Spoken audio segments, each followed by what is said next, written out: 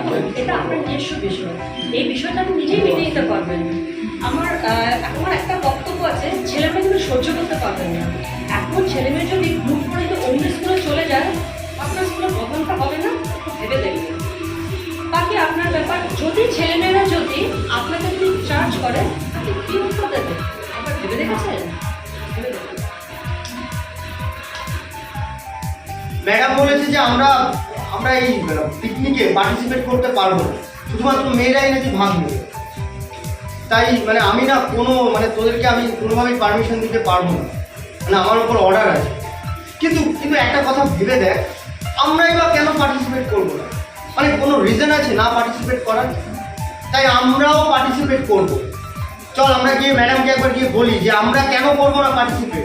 আরে পিকনিকটা তো আমাদেরও, আমরাও এনজয় করবো। কেন একা মেয়েরা পার্টিসিপেট করবে, আমরা কেন পার্টিসিপেট করবো না? এই চল আমার সঙ্গে তোরা আয় তো, চল আমরা পিকনিকে পার্টিসিপেট করবো। চল।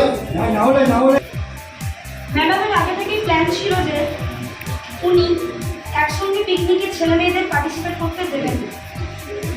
এই কথাটা আমি স্কুল অ্যাডমিনিস্ট্রেটরদের বলতে শুনেছি, কিন্তু এটা আমি হতে দেবো না।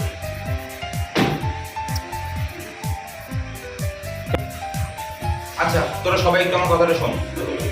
আমাকে ম্যাডাম বলেছেন যে স্কুলের পিকনিক পার্টিতে শুধুমাত্র মেয়েরাই ভাগ নিতে পারে, মেয়েদের সাথে কোনো ছেলেরা ভাগ নিতে পারে। তো আমার এক প্রকার বাধ্যতামূলকই আমি তোদের কাউকে পারমিশন দিতে পারছি না। কিন্তু তোরা সবাই একটু ভেবে দেখ যে কেন আমাদের তো পিকনিক পার্টিটা তো আমাদের, তাহলে আমরা কেন ভাগ নিব? আমরা এই নিয়ম মানব না।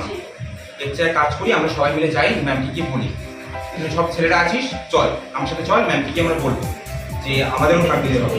আর যদি আমাদের পার্টিসিপেট করতে না দেয়, তাহলে আমি পিকনিক করতে দেবো না। চল চল সবাই আছিস, চল।